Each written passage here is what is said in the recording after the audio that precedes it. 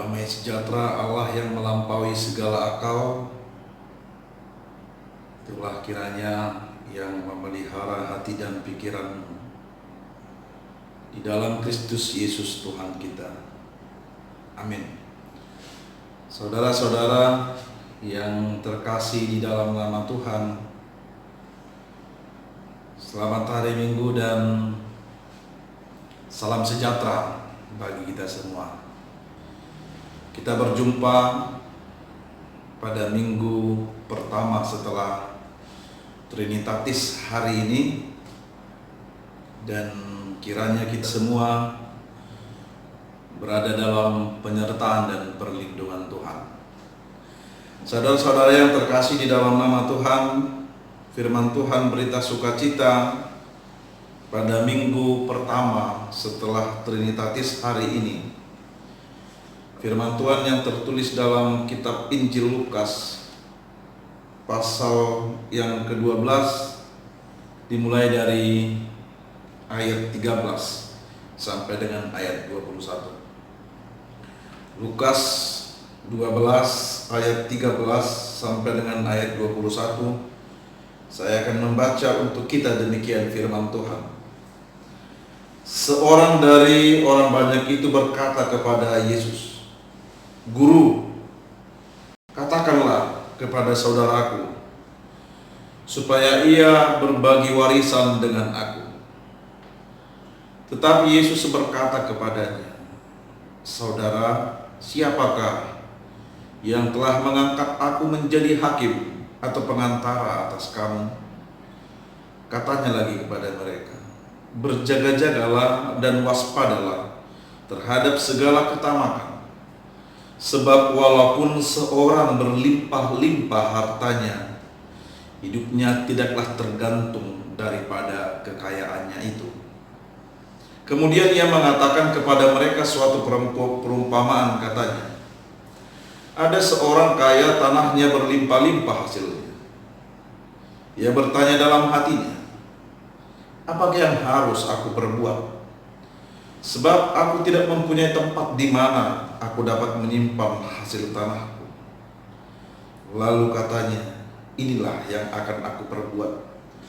Aku akan merombak lumbung-lumbungku, dan aku akan mendirikan yang lebih besar.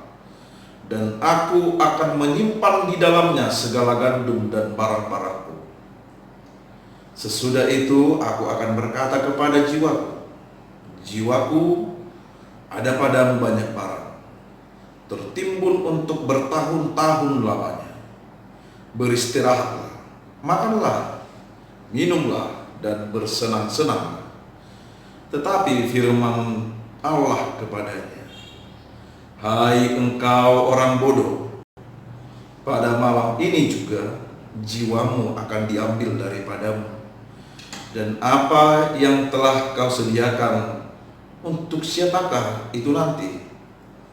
Demikianlah jadinya dengan orang yang mengumpulkan harta bagi dirinya sendiri, jikalau ia tidak kaya di hadapan Allah." Demikian firman Tuhan. Saudara-saudara yang terkasih di dalam nama Tuhan, mungkin membaca atau mendengar teks firman Tuhan minggu ini ada rasa kecewa dalam diri kita. Karena memang sekilas seolah-olah kekayaan itu tidak begitu penting. Karena itu kita bisa saja menjadi kecewa mendengar firman ini. Apalagi mereka yang sedang getol-getolnya, yang sedang giat-giatnya, atau yang sedang berjeripaya untuk mencari kekayaan, bahkan untuk menumpuk kekayaan. Namun Bapak Ibu Saudara yang dikasihi Tuhan, perlu kita pahami bahwa firman Tuhan ini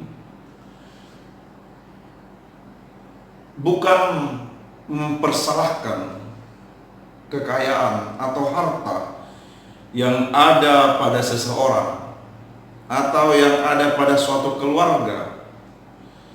Tetapi yang mau ditegaskan melalui perumpamaan yang disampaikan oleh Tuhan Yesus adalah sikap kita tentang kekayaan itu. Perlakuan kita, pemahaman kita tentang kekayaan atau tentang harta yang ada dalam hidup kita. Saudara-saudara yang terkasih di dalam nama Tuhan, ada dua bahaya yang senantiasa mengancam ketentraman kehidupan orang Kristen, bahkan mungkin setiap manusia. Dua hal itu adalah harta dan kuasa. Kita bisa memperhatikan dari beberapa kisah dalam Alkitab, misalnya Yudas Iskariot, yaitu salah seorang dari murid Yesus yang begitu teganya menyerahkan orang yang sangat mengasihinya, yaitu Tuhan kita Yesus Kristus, hanya karena harta dan kuasa. Dengan nilai tukar sebesar 30 keping perak, ia mau menyerahkan. Bahkan ia tega menyerahkan Yesus kepada para pembenci Tuhan kita Yesus Kristus. Kisah lain juga dalam Alkitab, kita bisa membaca kisah Ananias dan Safira dalam Kisah Para Rasul 5 ayat 1 sampai dengan ayat 11. Oleh karena ketidakjujuran, oleh karena ketidaktulusan, bahkan oleh karena ambisi terhadap harta, ambisi terhadap kuasa, dan ia ingin tenar, mereka tidak sepenuhnya menyerahkan hasil penjualan tanahnya di hadapan para rasul. Akhirnya mereka dihukum karena ketidakjujuran dan karena ketidaktulusan mereka. Mereka membiarkan kuasa manipulasi menguasai hati dan pikiran mereka. Saudara yang terkasih, harta dan kuasa sering membuat mata orang pelik dan pikiran menjadi melek, seolah buta akan kejujuran dan rasa yang cukup. Oleh karena itulah, di kisah yang lain,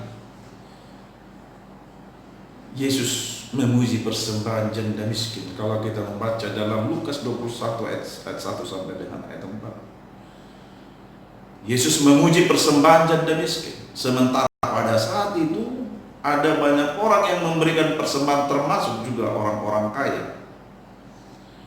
Yesus memperhatikan semua persembahan yang diberikan. Artinya, Yesus juga memperhatikan bagaimana setiap orang memperlakukan harta yang ada padanya. Yesus memperhatikan bagaimana orang memperlakukan kekayaan yang ada padanya. Yesus memperhatikan bagaimana setiap orang memperlakukan apa yang menjadi miliknya. Ternyata ketika Yesus memperhatikan persembahan yang diberikan oleh orang-orang itu, Yesus berkata dan malah memuji persembahan janda miskin itu.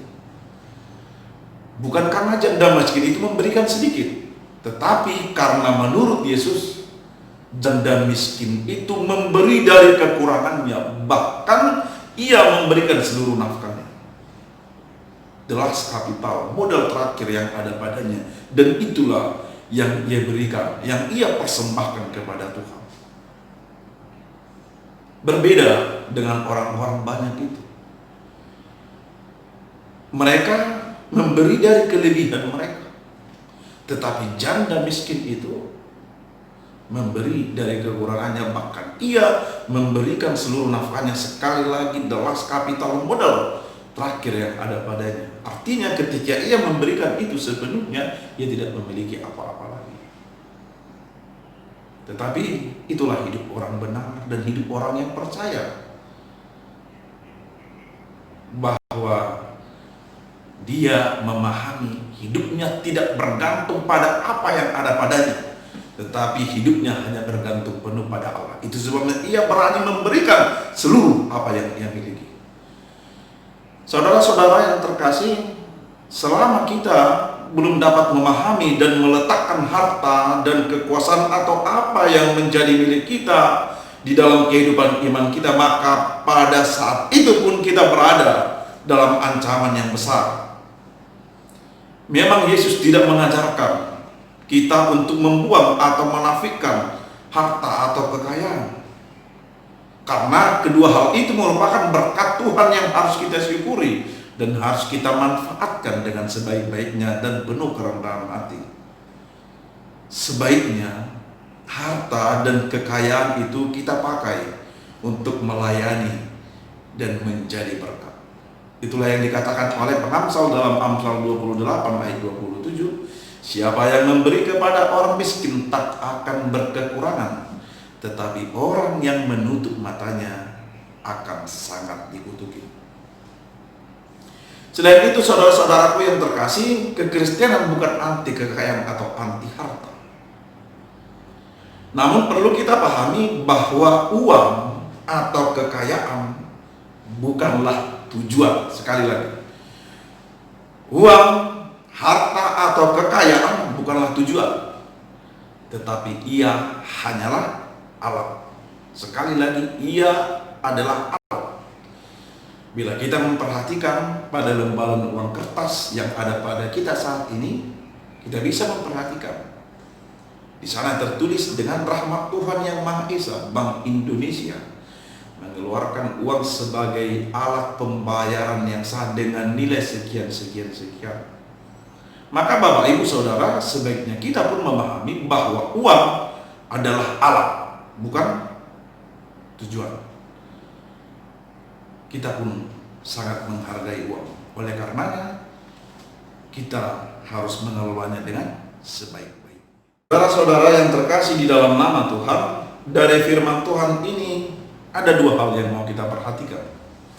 Yang pertama, Yesus mau menyampaikan bahwa keinginan untuk mengumpulkan harta di dunia ini adalah sebuah pemahaman yang salah, sebuah tindakan yang salah. Sebaiknya sebagai orang Kristen, sebagai orang-orang yang percaya, kita bukan hanya mengumpulkan harta sebanyak-banyaknya di dunia ini, tetapi yang lebih utama, sebagai warga kerajaan sorga, sebagai warga kerajaan Allah, kita harus mengumpulkan harta sorgawi, bukan harta duniawi. Itu sebabnya Yesus berkata dalam Matius 6 ayat 19 sampai 20, tetapi kumpulkanlah bagimu harta di surga. Karena itu pokok persoalan yang ditekankan oleh Yesus dalam perumpamaan ini, dalam perikop kita minggu ini adalah keinginan dan ketamakan mengumpulkan harta di dunia ini. Setiap orang tentu memiliki hasrat untuk hidup berkecukupan. Bahkan mungkin dari beberapa antara kita dan orang banyak memiliki hasrat untuk hidup kaya. Yang menjadi soal ialah sebagai warga kerajaan Allah, yang kita utamakan ialah mengumpulkan harta surgawi, bukan mengumpulkan harta dunia. Alangkah malangnya kita apabila kita kaya akan harta dunia ini, tetapi kita miskin dan kita tidak memiliki harta apa-apa di surga, dan kita sangat miskin di hadapan Allah. Kita menjadi orang yang paling malang ketika kita sangat kaya akan harta duniawi, tetapi kita sangat miskin dengan harta surgawi, dan kita sangat miskin di hadapan Allah. Saudara yang terkasih di hadapan Tuhan, selain itu Yesus juga mau menyampaikan bahwa sangat keliru dan sangat malang apabila manusia memusatkan atau mengandalkan hidupnya pada harta kekayaan. Itulah dua hal pokok yang mau disampaikan dari firman Tuhan hari ini. Yang pertama tadi ialah bahwa hasrat atau keinginan mengumpulkan harta duniawi sebanyak-banyaknya sementara ia menjadi miskin dalam harta surgawi. Dan yang kedua adalah sikap hidup yang mengandalkan harta kekayaannya dalam hidup. Itulah yang disebutkan pada ayat 13.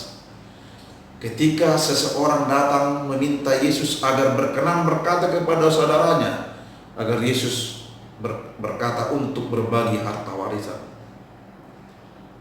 Saudaraku yang terkasih, tidak sedikit dari antara manusia yang mengalami konflik antar saudara dikarenakan harta warisan. Kita harus jujur dengan hal ini. Dan mudah-mudahan dari antara kita tidak ada yang mengalaminya. Tidak sedikit orang-orang yang berkeluarga, sanak saudara, kakak beradik mengalami konflik dan perpecahan serta pertengkaran dikarenakan harta warisan daripada leluhur. Sebenarnya yang mau kita perhatikan bukan hanya soal keadilan tentang pembagian harta warisan yang ditinggalkan oleh leluhur, tetapi dalam hal itu ternyata sudah ada hasrat untuk mendapat warisan menjadi indikasi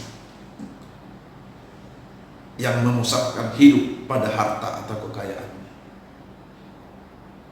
Yesus dalam hal ini ketika ada seseorang datang padanya agar Tuhan Yesus menyampaikan kepada saudaranya untuk berbagi harta warisan. Tetapi Yesus berkata, siapakah yang telah mengangkat aku menjadi hakim? Di satu sisi Yesus bukan membela saudaranya, dan di satu sisi Yesus bukan tidak peduli dengan apa yang dikatakan oleh seseorang itu.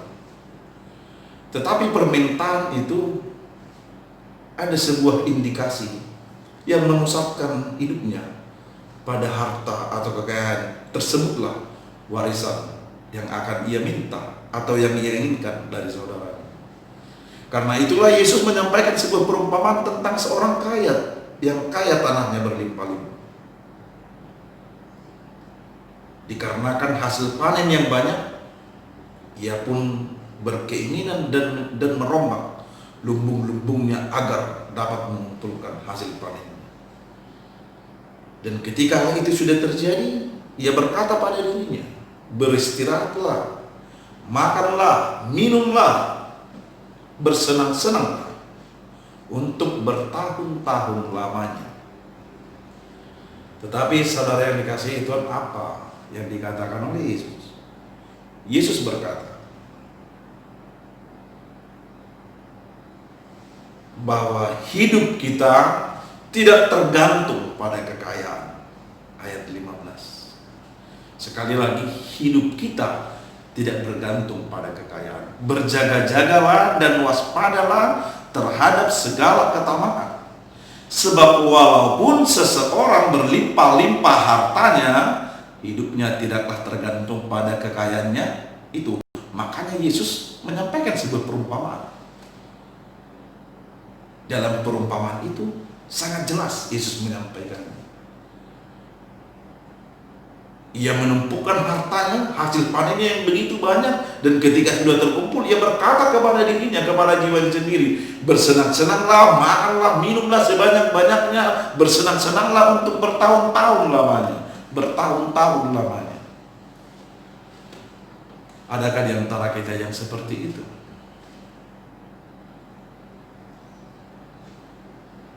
Tetapi Yesus melanjutkan perumpamaan itu. Firman Allah datang kepada orang kaya itu. Hai engkau orang bodoh, pada malam ini juga nyawamu diambil. Baru saja ia berkata kepada dirinya, baru saja ia berkata kepada jiwanya, kepada seluruh hidupnya, untuk bersenang-senang, untuk beristirahat, untuk makan, untuk minum, bertahun-tahun lamanya, karena ia sudah memiliki harta yang begitu dan sangat banyak. sampai ia merombak lumbung-lumbungnya dan hartanya menjadi penuh, karena ia sesungguhnya memusatkan hidupnya pada harta kekayaan, karena ia mengandalkan apa yang ia miliki. Maka firman Tuhan berkata, hai orang bodoh, hai orang bodoh, malam ini juga nyawamu diambil. Untuk siapakah yang kau sediakan itu nanti? Firman Tuhan berkata, ternyata ia adalah orang kaya, tetapi bodoh. Mengapa ia bodoh? Satu, karena ia memusatkan hidupnya, mengandalkan hidupnya pada harta kekayaannya. Ia berpikir dan memahami bahwa ia akan dapat hidup untuk bertahun-tahun lamanya. Ia dapat bersenang untuk bertahun-tahun lamanya. Ia dapat makan, ia dapat minum, ia dapat beristirahat untuk bertahun-tahun lamanya, karena ia sudah memiliki harta yang sudah begitu banyak. Itu kebodohan yang pertama. Yang kedua, karena ia hanya mengumpulkan harta duniawi, tetapi ia miskin dengan harta surgawi. Oleh sebab itulah, saudara-saudara yang dikasihi Tuhan, ternyata melalui perumpamaan itu Yesus mau berkata bahwa ada saja orang yang membuat hartanya menjadi penenang dirinya, menjadi pendamai dirinya, menjadi pemuas jiwanya, bahkan untuk waktu yang cukup lama. Tetapi firman Tuhan berkata, ketika firman Allah datang kepadanya, hai orang bodoh, pada malam ini juga nyawamu diambil. Artinya apa? Hartanya tidak dapat menggagalkan kematiannya. Hartanya tidak dapat menyelamatkan jiwanya. Hartanya tidak dapat membebaskan nyawanya. Sekali lagi Bapak Ibu yang dikasihi Tuhan, ternyata yang ia pahami, ketika hartanya menjadi penenang jiwanya, menjadi pendamai jiwanya, menjadi pemuas dirinya.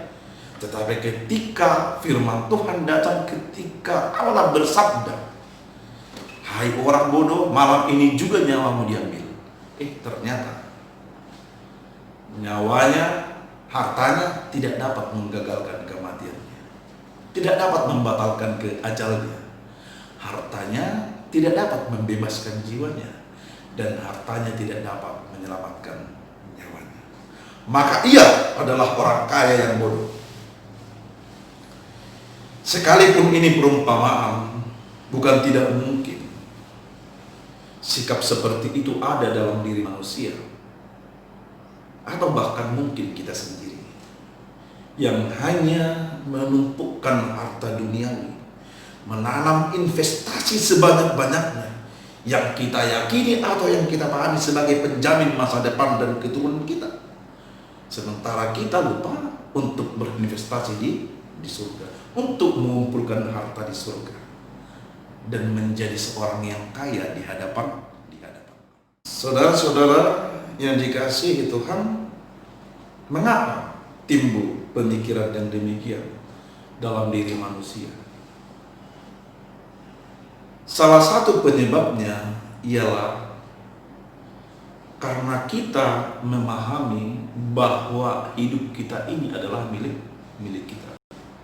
Sekali lagi, karena kita memahami bahwa hidup kita, seluruh kehidupan kita ini adalah milik kita. Kita yang berkuasa atas diri kita, kita yang lebih tahu tentang hidup kita, sehingga apapun yang kita lakukan, apapun akan kita lakukan demi hidup ini. Bahkan untuk menjamin kehidupan kita jauh ke waktu yang akan datang, semuanya akan kita halalkan dan akan kita lakukan dengan cara mengumpulkan harta sebanyak-banyaknya. Namun kitalah orang yang paling malang bila cara hidup kita demikian.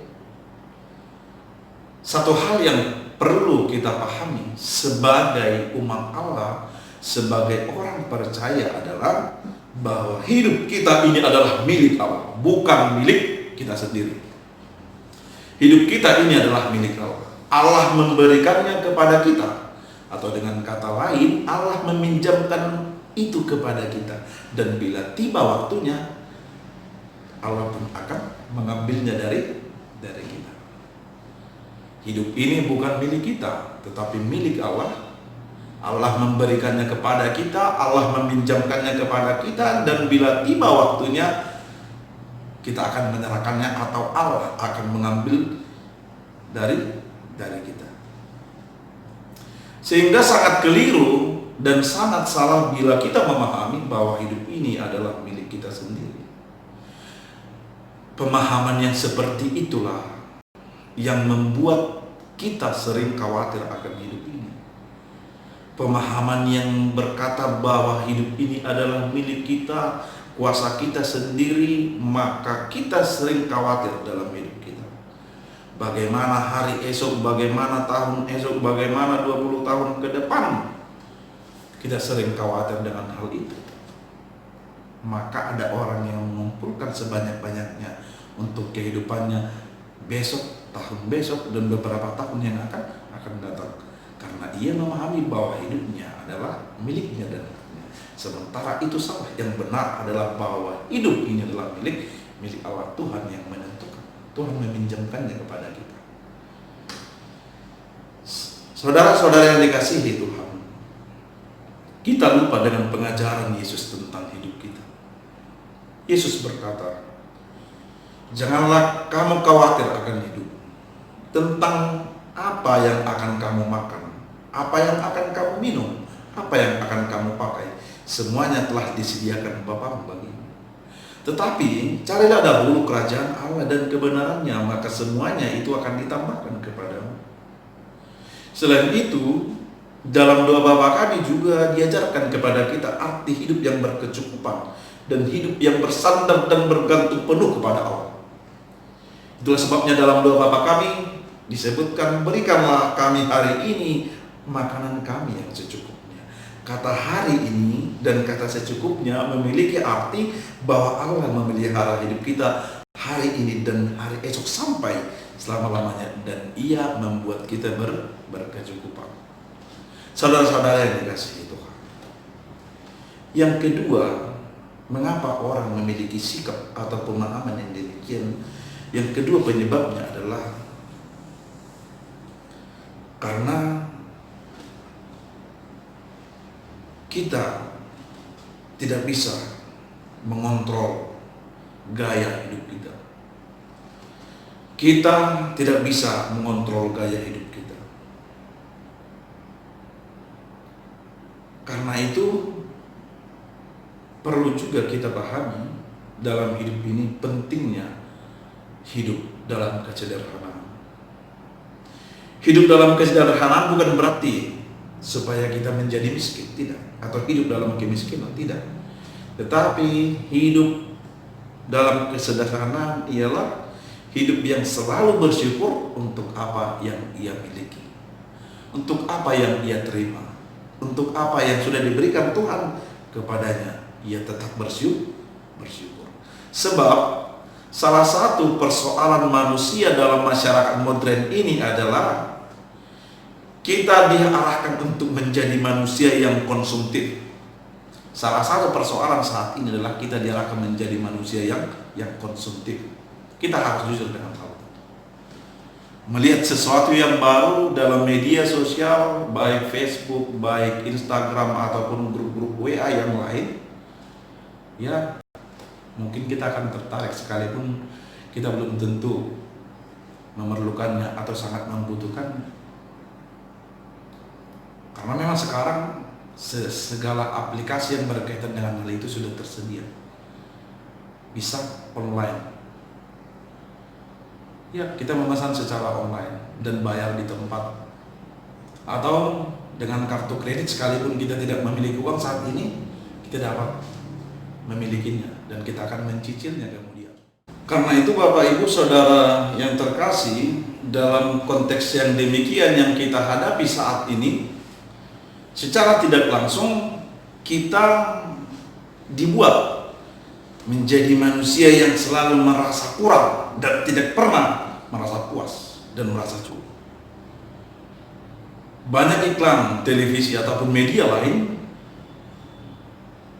bertujuan agar kita tidak pernah merasa cukup dengan apa yang kita miliki.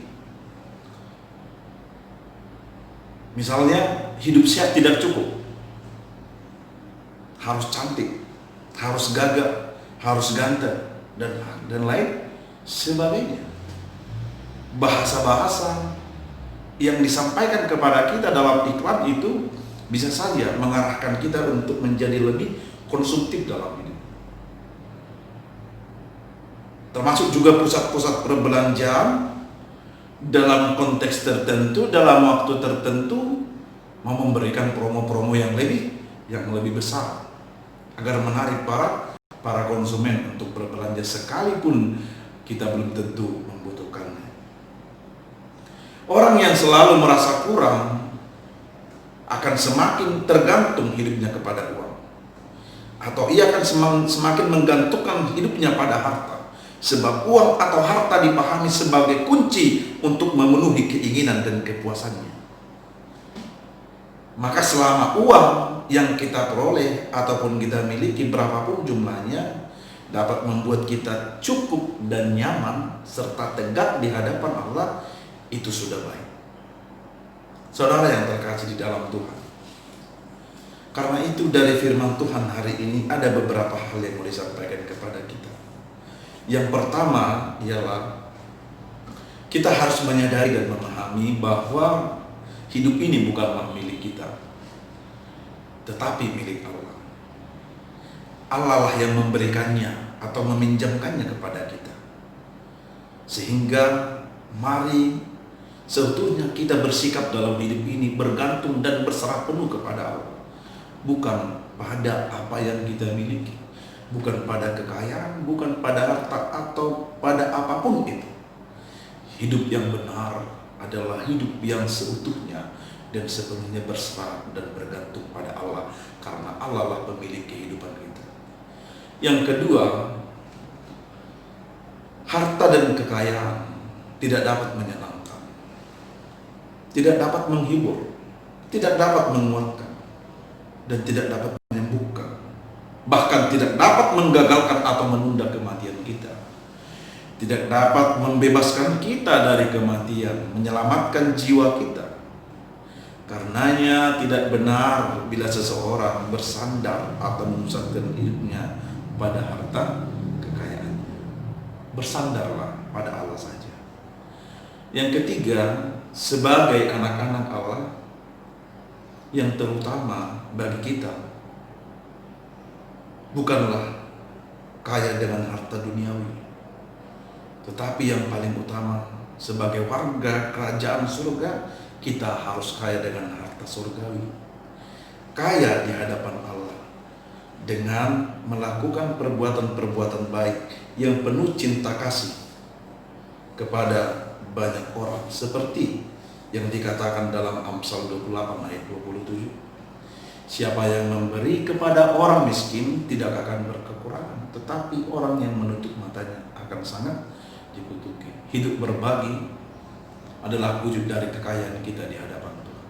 Hidup dalam belas kasihan adalah wujud dari kehidupan yang kaya di hadapan Tuhan. Yang ketiga, saudara-saudara yang dikasihi Tuhan, yang keempat, sebagai orang percaya mari kita jauhi ketamakan. Seperti tema minggu hari ini, jauhilah ketamakan. Naluri mengumpulkan harta duniawi sebanyak-banyaknya itu harus dijauhkan dari hidup kita. Belajarlah berkata cukup, belajarlah untuk bersyukur tentang apa yang diberikan Tuhan dan tentang apa yang kita miliki saat ini. Dan yang terakhir, perlu kita pahami bahwa tidak selamanya harta atau kekayaan yang dimiliki seseorang adalah pemberian atau anugerah Allah.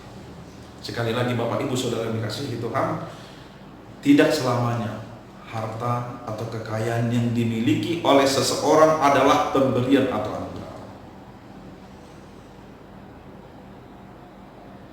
Sebab bisa saja itu diperoleh dari pekerjaan yang tidak benar, dari pemerasan, dari pencurian, dari perampasan dan lain sebagainya.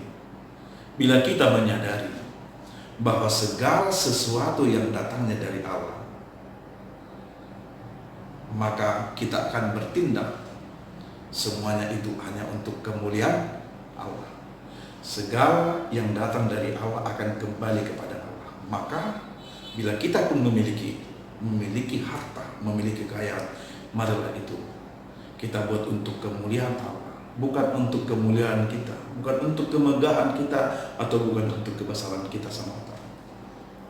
Yang datangnya dari Allah tentu akan menjadi berkat bagi kita, menjadi berkat bagi orang lain, menjadi sukacita bagi kita, menjadi sukacita pula bagi orang lain, terutama menjadi kemuliaan bagi nama Tuhan. Amin. Tuhan Yesus